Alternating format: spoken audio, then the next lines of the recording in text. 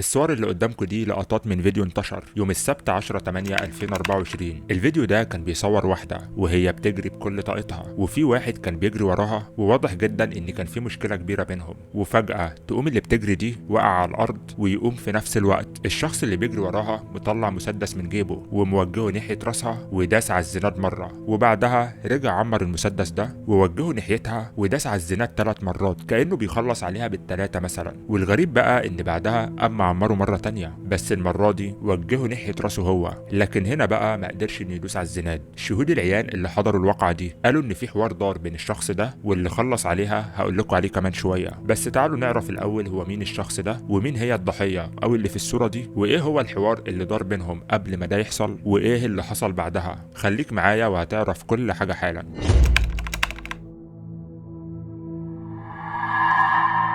ازيكم عاملين ايه؟ يا رب تكونوا بخير. قصة النهاردة احداثها بتدور يوم السبت 10/8/2024، وتحديدا في واحدة من مناطق اسطنبول في دولة تركيا. الشخصية الرئيسية معانا النهاردة هي سيربل جول اللي في الصورة اللي قدامكم حاليا. وتعالوا بقى نعرف مين هي سيربل. سيربل دي يا جماعة هي سيدة تركية عندها 35 سنة، من سكان مدينة اسطنبول، متجوزة من شخص تركي اسمه هارون جول، اكبر منها ب5 سنين تقريبا، يعني راجل عنده 40 سنة. وللعلم جوازة سيربل جول دي هي وهارون جوازة قديمة وعدى عليها سنين كتير، وربنا رزقهم طول فترة جوازهم ب4 أطفال تقريبا. وبرغم انهم متجوزين من زمان وعاشوا مع بعض سنين طويلة وفي بينهم 4 أطفال، لكن برضو علاقتهم ببعض ما كانتش مستقرة. وللأسف من وقت للتاني كان بيحصل بينهم مشاكل كتير، وخصوصا بسبب الغيرة. وبرغم ان المشاكل دي كلها كانت بتعدي والدنيا بتمشي، لكن برضو كان بيحصل بسببها تراكمات بينهم وصلتهم في النهاية لنقطة ان ما بقاش في عندهم طاقة تخليهم يكملوا مع بعض. وفي النهاية خدوا قرار الانفصال، وتم الاتفاق على ان الاولاد هيعيشوا مع والدهم، وطبعا مع الحق لوالدتهم انها تشوفهم في اي وقت. وفعلا نفذوا قرارهم وانفصلوا. والكلام ده حصل من سنتين تقريبا، وتبدا بقى مرحله جديده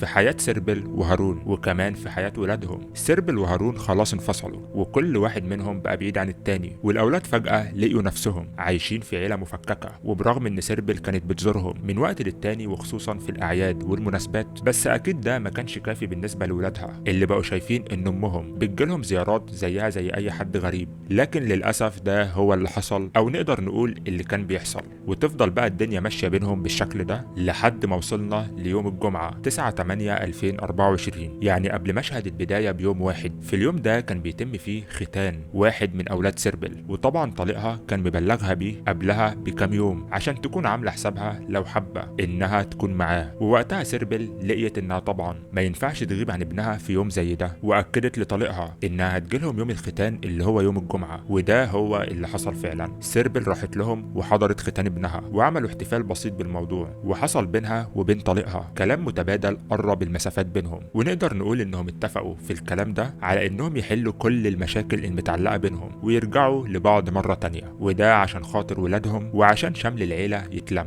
ونتيجه للكلام ده اتفقت سيربل وطليقها هارون على انهم يتقابلوا مرة تانية بكرة اللي هو يوم السبت، عشان يتفقوا بقى على كل الخطوط العريضة بينهم، ويرتبوا هيرجعوا لبعض ازاي وامتى. وفعلا خلص يوم الجمعة واحتفلوا بالختان، وسيربل روحت بيتها. وتاني يوم اللي هو يوم السبت طلعت من بيتها مرة تانية عشان تقابل طليقها ويتفقوا على كل حاجة زي ما قالوا امبارح. وتوصل سيربل لبيت طليقها وولادها وتقعد تتكلم معاه، وفجأة صوتهم يعلى على بعض من تاني، ويحصل بينهم خلاف زي اللي كان بيحصل بينهم طول فترة جوازهم. وعلى حسب كلام جيرانهم اللي ساكنين معاهم في نفس الشارع، هارون طلع يجري على السلم ورا سيربل اللي فتحت باب الشقة وحاولت انها تهرب منه. وهنا بقى يحصل مشهد البداية. بمجرد ما سيربل نزلت الشارع طلعت تجري بكل طاقتها، وطبعا هارون كان بيجري وراها زي ما واضح في الصورة اللي قدامكم حاليا. وعلى حسب كلام شهود عيان تانيين، سيربل وهي بتجري كانت بتتوسل لطليقها اللي هو هارون انه ما يخلصش عليها، وانه يفكر في ولادهم هيحصل لهم ايه لو عمل كده. وللاسف بعد التوسل ده على طول تقوم سيربل واقع على الارض، ويقوم هارون في نفس الوقت مطلع مسدس من جيبه ولا كانه سمع اي حاجه من اللي قالته، وقام موجهه ناحيه راسها وداس على الزناد مره. بس في بعض الناس اللي شافوا الواقعه دي بياكدوا ان المره دي جت في الهوا، وعشان كده هو قام معمر المسدس بتاعه ووجهه ناحيتها مره تانية، وراح ساعتها دايس على الزناد 3 مرات ورا بعض. والغريب كمان ان بعدها قام معمره مره تانية، بس المره دي وجهه ناحيه راسه هو. وهنا بقى ما قدرش انه يدوس على الزناد ولو مره واحده، وفضل هارون واقف بعدها وقتها جنب طليقته وهو ماسك المسدس في ايده ومنع اي حد انه يقرب من المربع بتاعه، واي حد كان قلبه جامد وبيقرب كان بيقوم موجه المسدس ناحيته في تحذير واضح وصريح انه خلاص ما بقاش باقي على حاجه، وان اللي هيقرب فعلا هيكون جنى على نفسه. وقدام عجز الاهالي وقتها عن انهم يقربوا من سيربل ويلحقوها او يبعدوا عنها يمكن تكون لسه عايشه، وقتها قاموا فورا مبلغين الاسعاف والاجهزه الامنيه في المدينه، وبداوا انهم يصوروا فيديوهات توثيقيه للي بيحصل. وفعلا الفيديوهات دي صورت لحظه وصول عربيات الاسعاف ومحاولتها انها تقرب من المجني عليها عشان تسحبها بعيد عن الجاني ويسعفوها، لكن برضو الفيديوهات دي صورت الجاني وهو بيمنع طواقم الاسعاف من انهم يقربوا، وحرفيا هو كان ماسك المسدس في ايده وفي حاله هياج غريبه جدا. وفضل الوضع متأزم بالشكل ده لحد ما وصلت قوات الشرطه وشافت الوضع بنفسها، وبدات انها تنادي على الجاني اللي هو هارون جول بمكبرات الصوت وتطلب منه تسليم نفسه فورا عن طريق انه يرمي سلاحه ويرفع ايده لفوق وينام على بطنه. وقدام نداءات الشرطه المتكرره وسلاحهم اللي هددوه باستخدامه لو ما نفذش الاوامر، يحاول هارون انه يدوس على الزناد وهو موجه المسدس ناحيه راسه وبرضه يفشل في ده للمره الثانيه، ويقوم رامي سلاحه ونايم على الارض ومسلم نفسه. وتقدر الاسعاف انها اخيرا تقرب من الضحيه ويفحصوا حالتها ويتاكدوا انها فعلا بقت خلاص الله يرحمها، ويتم وقتها نقلها لمشرحه معهد الطب الشرعي في اسطنبول. وعلى التوازي طبعا كانت الشرطه قابضه على هارون في نفس اللحظه اللي الاهالي كانوا بيهجموا عليه فيها، وهم ما صدقوا انه رمى المسدس من ايده. وعايز اقول لك ان الشرطه حرفيا طلعت هارون جول بالعافيه من بين ايدين الاهالي اللي هجموا عليه اول ما رمى اللي في ايده، وكانوا عايزين انهم يخلصوا عليه في نفس اللحظه، ومصممين انه فعلا بعد اللي عمله ده لازم يتخلص عليه فورا ومش محتاج يتعمل له محاكمه. ويتم بعدها القبض على هارون جول واقتياده لاسم الشرطه عشان تبدا معاه التحقيقات، ويبدا يحصل معاه نوع من الاستجواب عن الدوافع اللي خلته يرتكب جريمه صعبه زي دي في حق طليقته برغم كل اللي بينهم. وساعتها هارون قال ان السبب اللي خلاه يخلص عليها هو حوار دار بينهم عن مين اللي هيخلي باله من الاولاد، وانها كانت سايباهم له ورافضه انها تعتني بيهم، وقال انها كمان كانت رافضه تعتني بيهم بعد ما يرجعوا لبعض. بس طبعا ده كلامه هو، يعني كلام من طرف واحد صعب اننا نحكم على الطرف التاني من خلاله، خصوصا ان الطرف التاني ما بقاش موجود عشان يدافع عن نفسه، وحتى لو بيتكلم صح فده مش مبرر ابدا انه يخلص عليها. اما بالنسبه للمجني عليها بقى فتم تشييع جنازتها من واحد من مساجد اسطنبول زي ما واضح في الصور اللي جنبي حاليا. ده غير ان اخوها الكبير طلع وقال ان ده حادث متخطط له ومتعمد، وان طليقها كان مخطط كل ده من اليوم اللي قبله، وعزمها على حفل ختان ابنهم عشان لما تروح له هناك يصالحها وتطلع من عنده تعرف كل اهلها ومعارفها انهم خلاص اتصالحوا، واتفق معاها انها تجيله في اليوم اللي بعده عشان يكملوا صلحهم. لكن في الحقيقه ده ما كانش الغرض الحقيقي، وانه كان مخطط انه يخلص عليها في اليوم ده بعد ما بلغت كل اهلها ومعارفها من اليوم اللي قبله انهم اتصالحوا، عشان ما يبقاش باين انه كان متعمد او ان في سبق اصرار وترصد، ويبان انه بس حصل خلاف وهو فقد اعصابه وخلص عليها، ويحتج بانه ما كانش في وعيه، وبالتالي يتحبس 4 أو 5 سنين بس. وفعلا اخو المجني عليها قوم لها محامي كبير في تركيا، وحاليا الجاني اللي هو هارون جول محبوس بانتظار محاكمته. وفعلا انا مش مستوعب يعني ايه خلاف حوالين مين هيعتني بالاولاد زي ما هو بيقول ينتهي بانه يطلع المسدس بتاعه ويخلص على طليقته وام عياله بالشكل ده، وكمان في الوقت اللي كانوا قاعدين بيتصالحوا فيه. الموضوع فعلا غريب جدا، وبيبين لك قد ايه في ناس ما عندهمش نعمة العقل وبيتعاملوا مع غيرهم بنفس منطق الخروف او التور، فلان ده مش عاجبه يقوم نطحه على طول. ربنا ميز الانسان عن غيره بنعمة العقل، واننا قادرين نتحكم في انفعالاتنا وفي نفسنا، فلو فعلا خسرنا كل ده يبقى احنا خسرنا نفسنا كبشر. اتمنى اننا نفهم ده وما نبقاش ضحايا لغضبنا وانفعالاتنا في اي موقف ولاي سبب. وفي النهايه يا ريت ضروري لو وصلت لهنا تدعي للمجني عليها في التعليقات بالرحمه، وما تنساش اللايك بتاعك لو استفدت من حلقه النهارده وحابب انها توصل لغيرك. كان معاكم اسلام الجندي في سندوتشات رعب،